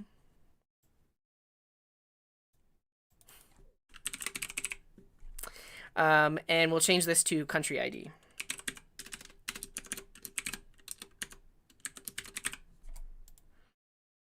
And we'll link it like so. Now, this actually has other benefits, right? So if you're building an application and you have an admin interface or even a user interface where you're creating new manufacturers, right? Where you are basically you have a page where somebody can create a new manufacturer and you need to enter in their address information. Pretty much any address information entry form always has a dropdown for state, right? You have a dropdown that lets you choose all possible states. Where does that data come from? We can store it in the state table. So we could literally have all 50 US states. I guess we're talking about the United States here. If you're working with other countries, it gets a little trickier because you might actually have a state or give a state a foreign key ID to a country. So that way the lines are confusing. How's that? Let's take a quick stretch.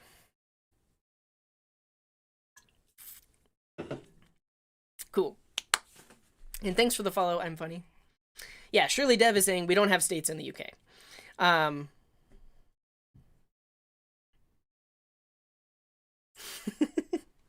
For insurance purposes.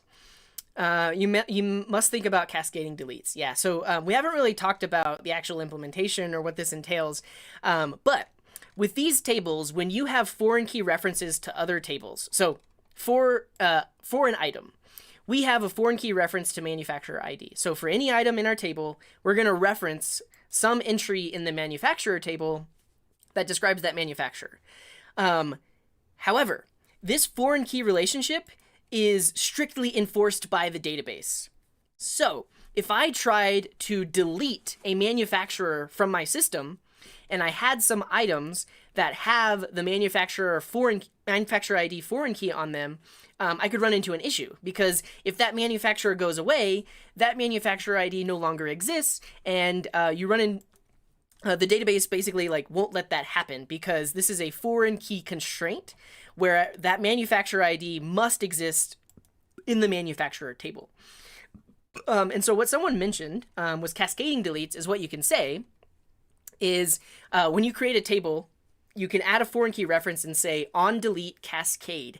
And what that means is if you were to ever directly delete a manufacturer, anything that's related to that manufacturer, anything that has a foreign key relationship like with manufacturer ID would also get deleted. And so that's known as cascading deletes. However, we talked about earlier that we're going to do soft deletes on everything. So we actually won't allow anything to be deleted. So we really won't need cascading deletes. We're just going to set deleted at time if something does get deleted. But yeah. Estanix is saying, that's why I was talking about when I said you need location tables to control and normalize the input of locations in your program. Exactly. So if you have an administrator interface where they can enter in addresses or even states, you want to limit that, right? You want to have a predefined list of states so that way you don't run into some things that are uppercase and some things that are lowercase. It's all consistent and stored in this table. Like I mentioned, we could technically do a foreign key ID from the state to the country, but I'm building this in the United States, and all the states belong to the United States. So technically the only country is going to be the United States. I don't know if I have any products that are built or manufactured outside the US. This is in Cincinnati, Ohio. I got some peanut butter. But yeah. And hello, Portal Gaming. Envy says, we don't have states here, and all the short codes actually don't overlap with US states, which is by purpose. Interesting. Huh.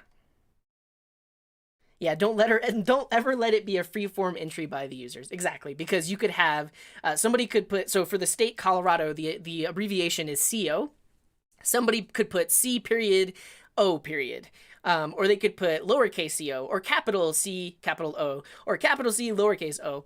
And then if you're trying to query your database for all the items that are from the state of Colorado, it becomes very difficult if you allowed a free-form entry. But if you relate it back to a state table where that state has a specific ID and it's formatted in a specific way, it becomes very easy to query those tables later on to say, give me all entries where the state ID is 32.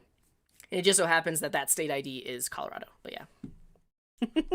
On delete cascade. Yeah. So Doc is not yelling. He's just writing SQL code. So yeah. Soft deletes aren't very GDPR friendly. Maybe make it a config option in the production app. Yeah, it's a good point. So it's also just in terms of like user privacy. Part of the GDPR law or constraints is that if someone requests that you remove their data from the system, you have to oblige. And it can't just be a soft delete. You literally have to remove it. So that wouldn't work. Hello, Nits. Welcome. How does the user get the items? Eventually, we'll have to build an interface. I mean, and ultimately, the user will get those items from the store or from online. But then they would need to enter them into the system. But right now, we're just talking about how do we model that system and where will all of this data exist. Do it anyways. What's your opinion about the current sickness in Uber Eats? Me and my girlfriend were thinking of ordering in from McDonald's. You're just at a higher risk. I have purposefully not ordered any delivery food or really eaten anywhere in the past like 4 weeks. I have cooked all of my meals in the past 4 weeks. That said, this is a time when a lot of businesses are potentially struggling because in Colorado, at least, restaurants are not allowed to have people sit down to eat. You can only order delivery or order pickup. So they're losing a lot of business. So if you'd like to support them, definitely order delivery or something like that. But you're just at a higher risk because you have the people that are working there that probably can't take off even though they might feel sick. And you have a risk of contracting corona or any other sickness. And the people delivering the food, potentially they can't go to work, and so they're doing this instead, and they're coming in contact with a lot of other people.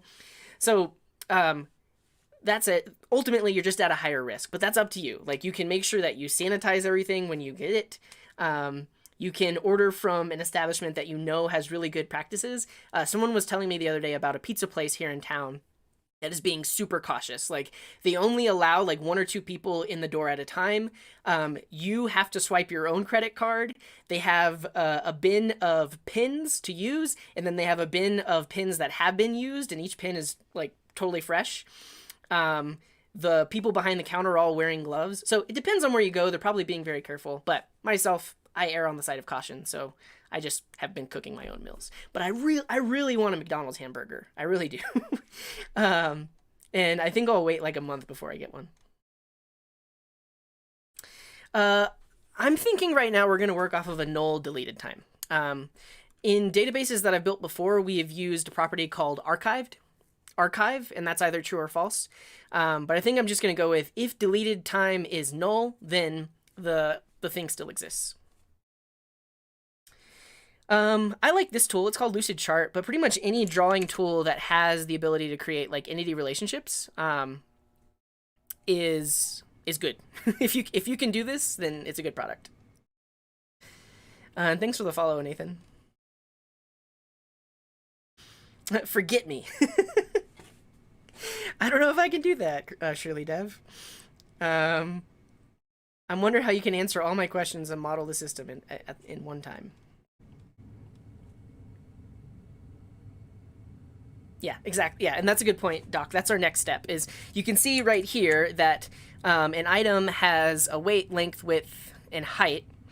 And we probably want to move that to a separate table, which is like size or dimensions, and then we'll relate to that because these two things are exactly the same size, right? And I don't want to duplicate that data. So cheesy raviolis and bush baked beans will have a relationship to the exact same size entry, and that also reduces data duplication. What does the situation look like in Colorado? I haven't left my house in like 3 weeks. But as far as I know, just like looking at the news and stuff like that, it is very sparse. And there are laws in place, like I mentioned, like restaurants can't have sit-down food. You can't have gatherings of more than 10 people. So I'm sure it's a ghost town most places.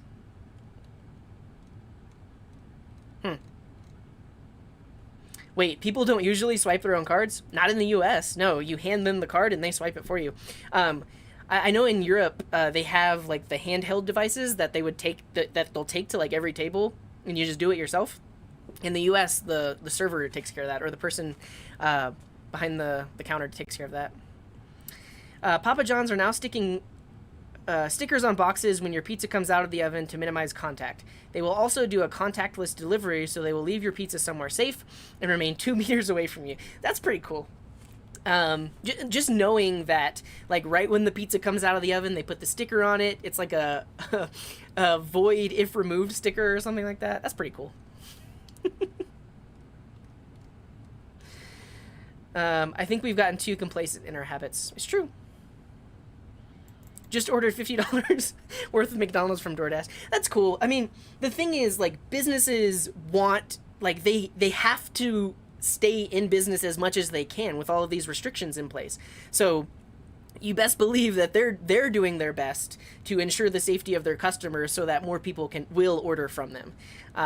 But again, you're at a risk. I mean, even when the coronavirus wasn't a thing, you're at a risk when you eat out because other people are preparing your food for you, and you don't know if they're sick and if they potentially contaminated your food. But yeah.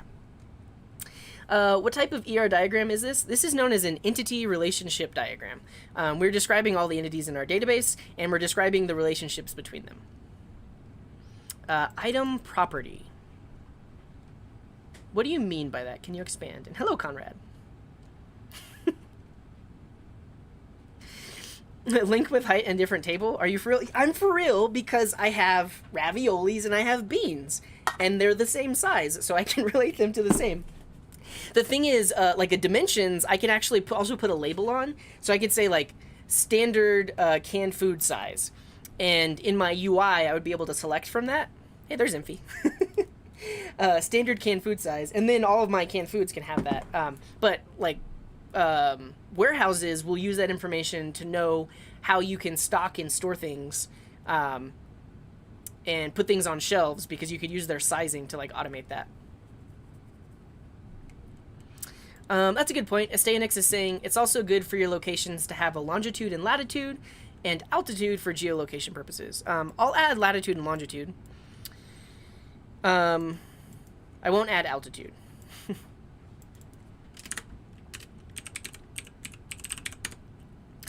This also, this is basically like geolocation caching, because you could be using some external service like Google Maps where you can pass it a location and it gives you back the latitude longitude. But if you just store that and you have it ahead of time, then you don't have to do that lookup to some external service. So you're like caching the latitude and longitude. In the UK, it's against the rules for a member of staff to take your card from you. Yeah, I mean, that makes sense because they could copy the number, they could go charge it for something else. But in the US, we just like hand our card. Like when you're at a nice sit-down restaurant, you'll literally give your card to the server and they will go off to where you can't see them and charge you for your food. I don't think, it doesn't make sense. We shouldn't allow them to do that. And thanks for the follow, Koala. Yeah. Isn't that how cards were cloned in the old days? Absolutely. And thanks for the follow, Techno-Evangelist. Now in the Netherlands, if you order Domino's, you need to order online. Then they will bring it to your home. They will lay it at your door, walk away, and call that you can pick it up. Wow. That's crazy. Yeah, so we probably need SKUs as well. I'm going to add that because eventually if we build an application for this, it'll be really cool if, like, let's say I get home from the store and I want to put all these things in my inventory. I could just scan the item and it could look up, oh, you already have that type of item in your database based on the SKU or the barcode. And then it will automatically create an entry in the item info table that says the purchase date, and then it will ask me for like the expiration date and the purchase location. Let's say SKU. Does it spark joy? And then let's go ahead and create that dimensions table.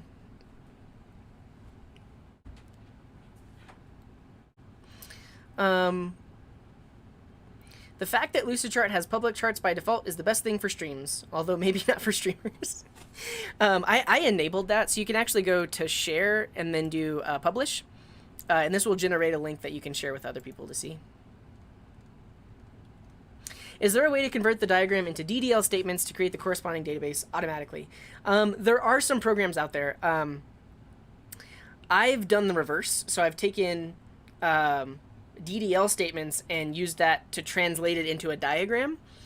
But if you're doing that, you have to be a lot more specific. So you can see that in some places I'm just saying text or I'm saying number. We probably want other restrictions like not nullable. Is it a floating point or a double? Is it a small int or a big int? Is it an unsigned int? There's a lot more information that I'm missing from here that you would want if you wanted to actually generate the DDL statements. And DDL stands for Data Definition Language. That's the actual SQL code that would create these tables in a secret database. It'll most likely be a mobile app, and then probably an Electron app for like managing inventory on the desktop. Yeah. C17 and hello says, depending on the database management system you're using, you can have latitude, longitude as a single point field. Hello. Yeah, welcome. That's a great point. And right now we're just talking about this in general terms of SQL, but some databases actually have geolocation features and like GeoJSON. So you have a data type of like point, which is literally a latitude and under the hood stores the latitude and longitude. But yeah, again, it depends on what you're using. Well, thank you, Solomon. Boto says, I'm from Brazil, and here they're both ways. Or you deliver or card, and they ask for you to pass it. Yeah. And thanks for the follow. Can we add an order table, like a delivery table? No. At least not for this application, because this is mostly just about managing inventory. And hello, Lynn. It's been a while. Welcome back. Yeah. And thanks for the follow, Stupak. I use MySQL database for designs and just copy the SQL commands into my database. Why are you not using Workshop? You know what I actually want to do is create a desktop application for drawing diagrams like this, but it will in turn generate connects code. So connects is the JavaScript library I use for querying a database and migrating a database with JavaScript. And we could generate like query builder, or no, schema builder definitions, like create table, increments is like your primary key auto incrementing. It had the different types built in, but it'd be really cool to generate code like this from a diagram like this. And then you could also generate database models. So I use Objection.js, which is a really great ORM for node.js. And it actually works based off of JSON schema. So when you define your models, you can actually define a JSON schema that will validate your model and pretty much corresponds to the type definition of it. So it'd be really cool to make a tool that generates the connects, also generates the JSON schema that you could use for models. I don't know. Get a scanner gun. Actually, there are barcode APIs that you can use directly on a phone. So instead of using like a barcode scanner, you can just use your phone. Very similar to like QR codes. Surya is saying, how important is the process of creating a data model for a NoSQL database? I want your thoughts. I honestly treat it the same way as a SQL database. I mean, I started my career in software development just like working with SQL databases, so it's really what I'm used to. And often, even though you're in NoSQL, you a lot of times still have relationships between your tables. You just might have some other reason for choosing NoSQL. But I do like to create a similar diagram. I may not have like primary key, foreign key, but it is good to think about what is all the types of data that you want to store. I actually like a data model first approach because this makes you think about the whole system and how things relate. And then you can take this and turn it into an API that would actually expose all of this data and allow you to put data into this database. But if you think about it data first, you won't potentially be missing tables or have weird backend routes that don't exactly match up to how your data is. How do I get out of tutorial purgatory? Try to build things without tutorials. So pick an idea. There's a ton of like GitHub repos online with just like lists of these are project ideas, and just pick one and try to build it. Try to build it using what you've learned in tutorials so far, and try not to look at tutorials. You can look at the documentation. You can look up things on Stack Overflow, but if you're self-guiding, you're gonna get more of a sense of what it's like to build things from scratch yourself. What's this about? Did somebody clip the baked beans part? Because I thought that was funny. Baked beans! That's good. Baked beans! Stop watching and start coding. Yeah, that's a good advice. And thanks for the follow, Gather. I'd love to see you try NativeScript. Yeah. I could. You know what? It would be nice to just build something simple in all of the different native frameworks. So like NativeScript, React Native, Ionic, Flutter,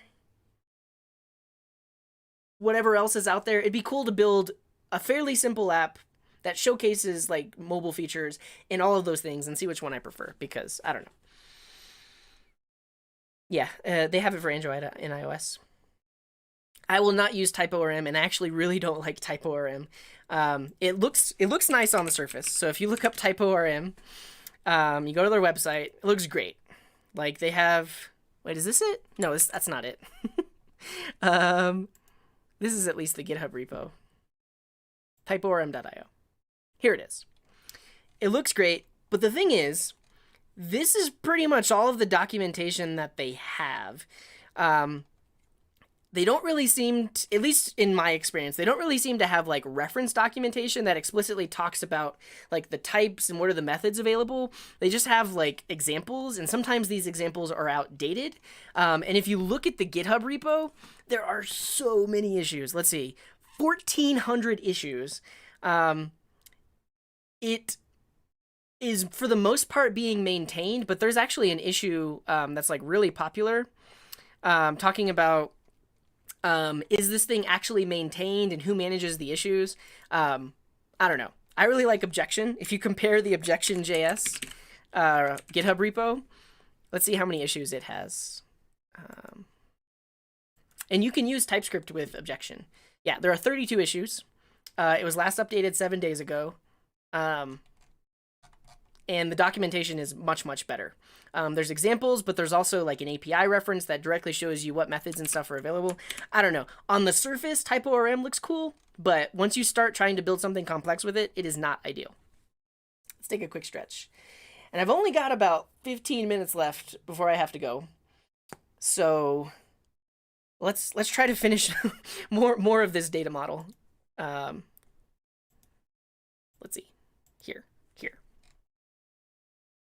How is the table in 3NF? I'm not really sure. You saw that I just closed that Wikipedia article on data normalization. We could look into it, but yeah. All right, I'm gonna skip past all these chats that I missed. I'm really sorry, but we're gonna keep making this thing. But next up is a dimensions table, or a size table. So let's call this size. Oh, actually, we'll just do this. We'll copy this one, and we can delete all the properties that we don't need. CJ forgot Firefox. You're absolutely right. There's just a lot of things that I'm logged into in Chrome that I'd have to re-log in Firefox that I haven't gotten around to yet.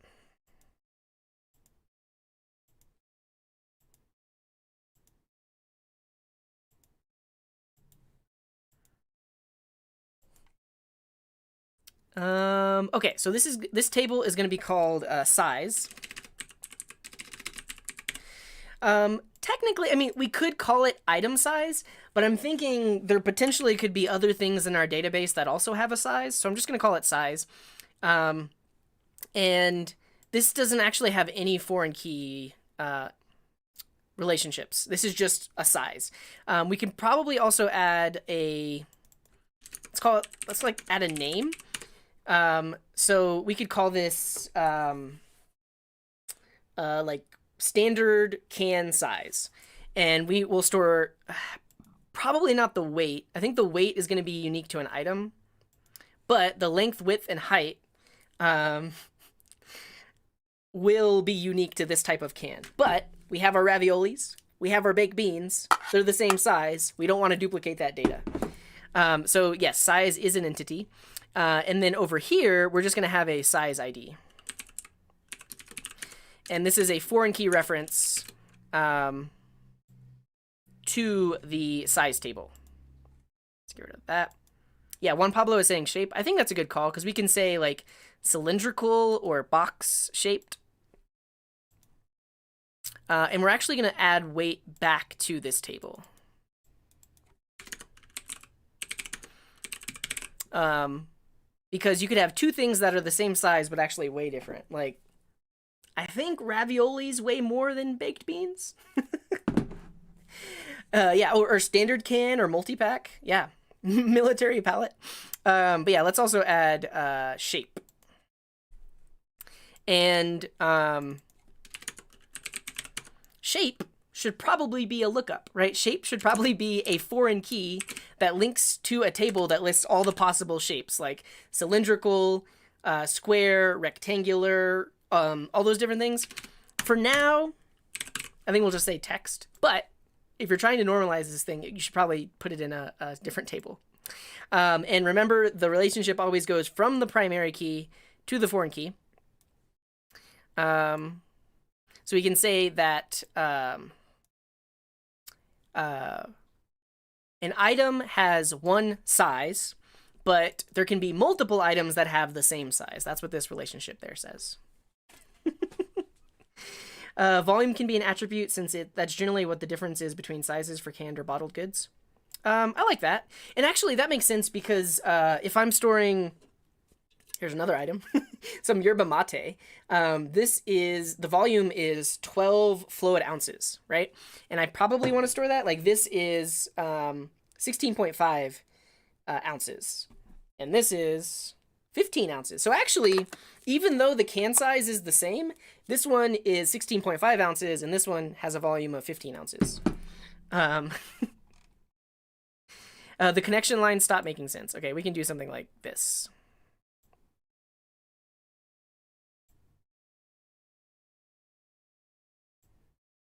Size.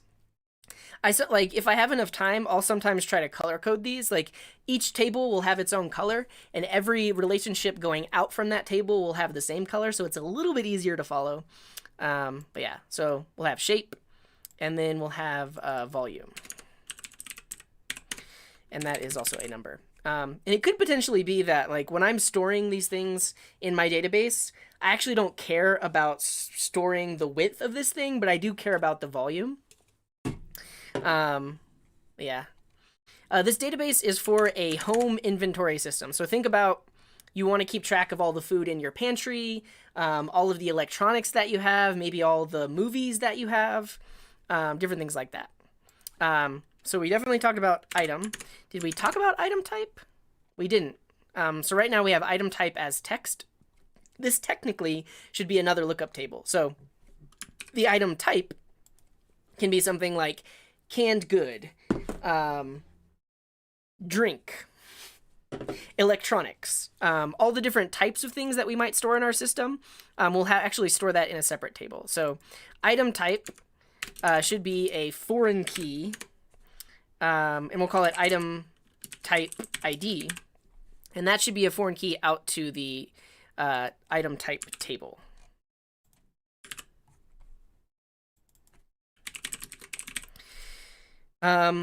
And I think we really only need the name, because we can say,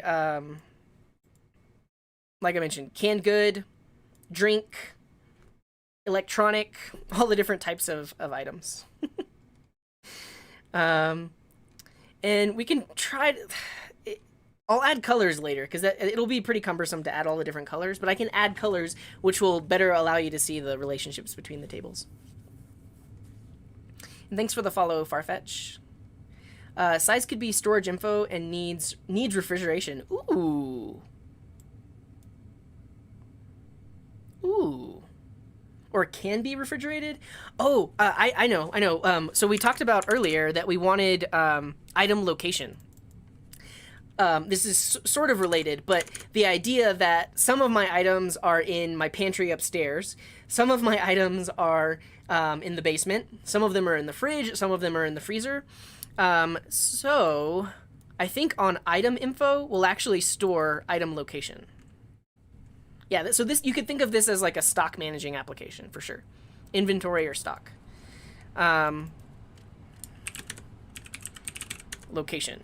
And this isn't like an address. This is a location in my house. Like downstairs freezer, upstairs refrigerator, upstairs pantry, downstairs pantry, bedroom, living room, different things like that. And so we also need a list of all possible locations.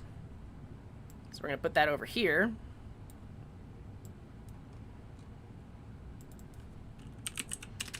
Location has a name. We draw the relationship from here to here. A location probably can also have like a description. And it can probably also have a, let's say, an image. Yeah. Hello, Valentino. That's me. Enum is a good for item type. I'm not actually familiar with enums in databases. MySQL enum, is that a thing you can do? The enum type. An enum is a string object with a value chosen from a list of permitted values that are enumerated explicitly in the column specification at table creation time. Interesting. So actually, the things like item type could be an enum. What else? Like country and state could be enums. The thing is, though, I want my end users to be able to create new item types. I'll probably have a set of predefined items, but in the application, if I ever come across something that I don't have in my inventory yet, an administrator should be able to go and say, oh, we have an item type of musical instrument, and they need to just be able to add that. So it wouldn't actually be part of the enum because it would be added at a later time. I wonder if you can add things to enums. I don't know. I haven't really used them. It's a good thought, though. This is an inventory management system. Maximum G-force, the can will survive.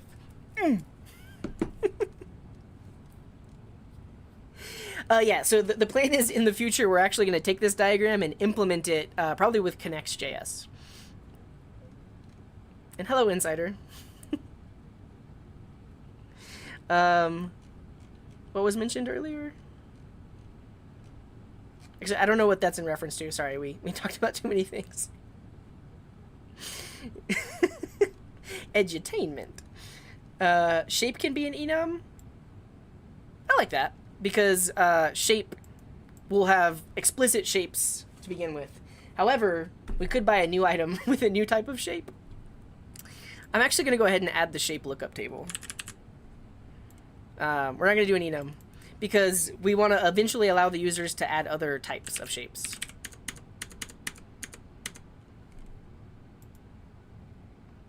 Hello, Abdul. Welcome. Let's call this shape ID.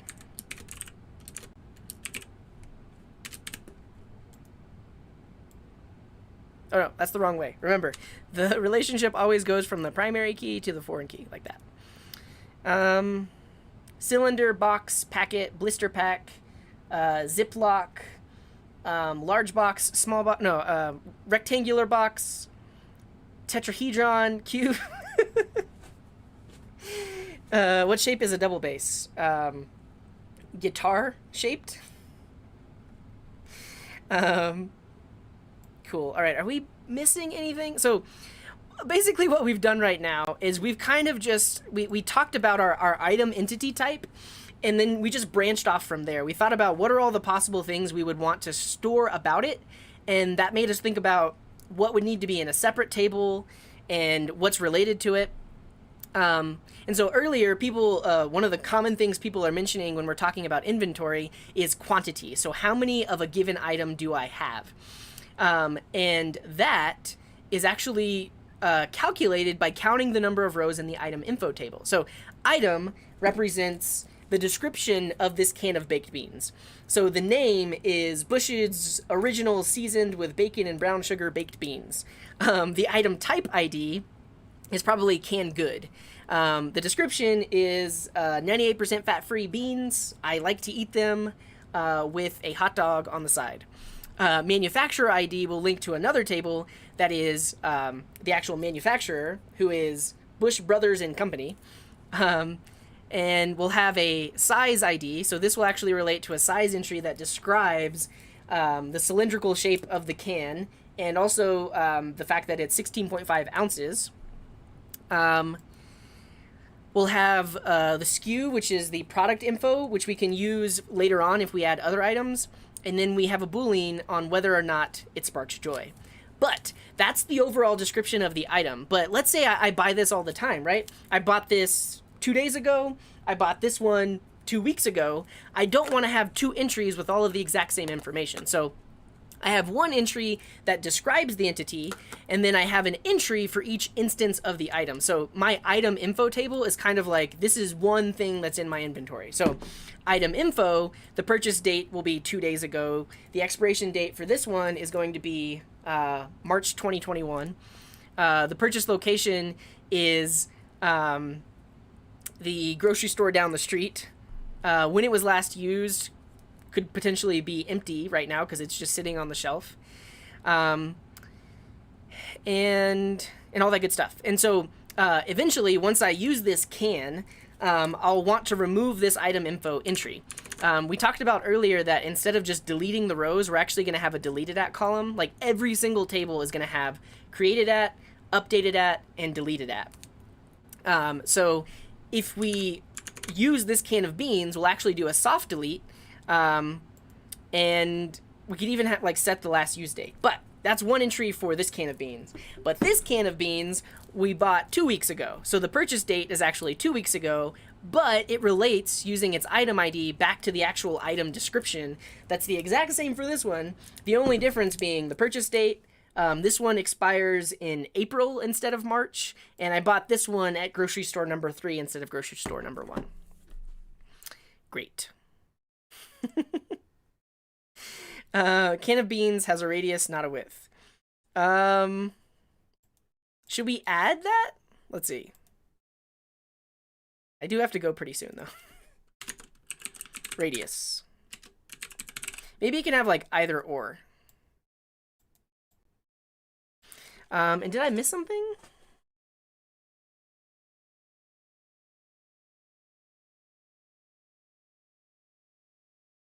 Yep, I agree. Well, that's the definition of connects.js. Yeah, so it's oh yeah, and that's what Sydney asked. So connects is KNEX.js. And this is known as a query builder. So this is a JavaScript library for interfacing with a SQL database, and it's built to integrate with all of these different type of SQL databases.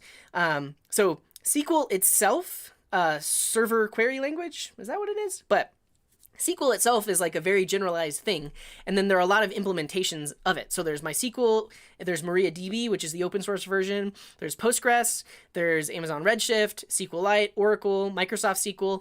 All of these are relational database management systems that implement the SQL specification. But each one might have its own caveats or do something slightly different. So this library allows you to create queries that will work across all databases. So we could do, let's just look at the query builder for doing things like selecting. So you can select these 3 fields from the books table, and this connects JavaScript code gets turned into this SQL code. So connects is purely a query building library. It's really just about querying the database. It's not a higher level ORM, but there is this library called Objection, which I like, which uses connects.js under the hood, but this gives you higher level object relations between your models, and under the hood it uses connects. So connects is a query builder, Objection is an ORM, and right now we just have a database design. We haven't actually implemented it with anything. You could technically implement this database design with really any SQL language, really with any ORM for any language like C# or Java or anything else. This is very generalized and can be implemented with anything. And Rickrolling is asking, primary key to foreign key. Hope I have learned something. Yep. Why is it called a foreign, by the way, as like least specific? It's a foreign key because it is a foreign table. It's probably not a good definition. It is... I hear somebody crying? Maybe that's a cat? I don't know if you can hear that. I'm going to go check on that in a second. But... the primary key is the unique ID in that given table. A foreign key is the unique ID from some other table, but you potentially could have multiple entries that have the same foreign key. Potentially. Radius equals width? I don't know. Hello, Ed. Welcome. We don't need radius. All right, I'm going to remove it. Because radius is half width, right? Right? What if you have 12 cans of beans you bought at the same time and they all have the same expiration date? I would actually create 12 separate entries. The reason being is when I use one can, I want to have the rest of the entries still available for when I use the other cans. And each time I use a can, I want to keep track of when that can was used versus just decrementing the quantity of a given item info. So yeah, I would still technically have 12 entries, all with the same info inside of it. I think it might be a kid. I don't know. Structured query language. Connects is a query builder, not an ORM. It's a cat!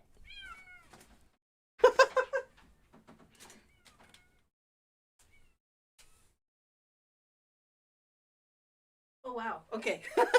After I finish streaming, I'm gonna go say hello to that kitty. It's snowing outside, so the cat's freaking out. Hi, kitty. Hi, kitty. Hey. want some tuna? You want some tuna? The cat wants tuna, definitely.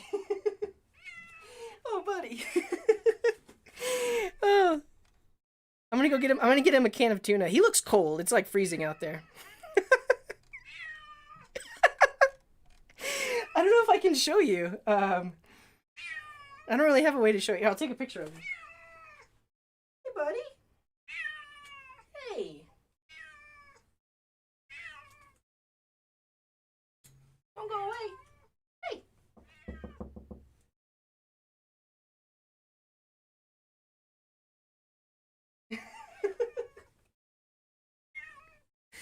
Oh. I definitely can't keep streaming with the cat meowing in the background. Go get the cat. Careful, it could have corona. No, cats can't have corona. All right, just a second. I'm gonna show you his picture, and then I gotta go. Yeah, he's basically like, it's cold out here. Let me in.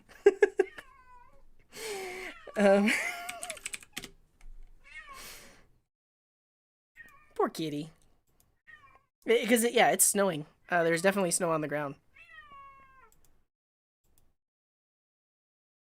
It could have it on it, but not be infected by it. I guess that's true. I'm not too worried about that, though. There he is. It's a cute cat. I'm actually allergic to cats, so I wouldn't keep it inside, but I'd let it live in my backyard. But that's the window well. Jeez. That's the window well because I'm in the basement. But yeah, that's the kitty. All right. A cat could be a trend. Are you all serious? I'm gonna look into it. Oh, here, Imphy is saying it. There is no evidence that companion animals, pets such as dogs or cats, can be infected with the new virus. Give him some water. All right, I'm gonna go. Thanks everyone for watching. Thanks for all the follows. There's definitely more we need to add to this. Let me look back at our notes. We did manufacturer. We did item type. We did location. Kitty raid.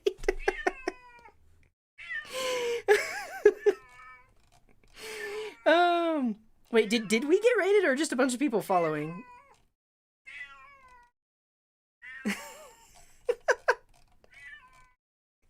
All right, thanks everyone for the follows. In a future episode, we are going to take this database design and actually implement it. Okay, cool. We will implement it using probably Connects.js and eventually Objection to create our models, but we're going to take this and turn it into something that we can actually write an application around. All right, let's find somebody to raid, and then I'm going to go feed that cat. When the cat... and so if you're watching on YouTube, head over to Twitch, twitch.tv/codinggarden. You can join us in a raid. My cat just freaked out from the noises. There's a ton of follows. Much appreciated, everyone. Let me see if I can acknowledge them. Oh, there's a ton. Kiss my pixels. Oh, everyone, thank you so much. Your name will appear on the screen at the end of the episode, so be sure to watch. Thanks for all the new follows. And yeah, let's raid Instafluff, because that cat is annoying. We gotta go. I think Instafluff is playing Stardew, so that's fun.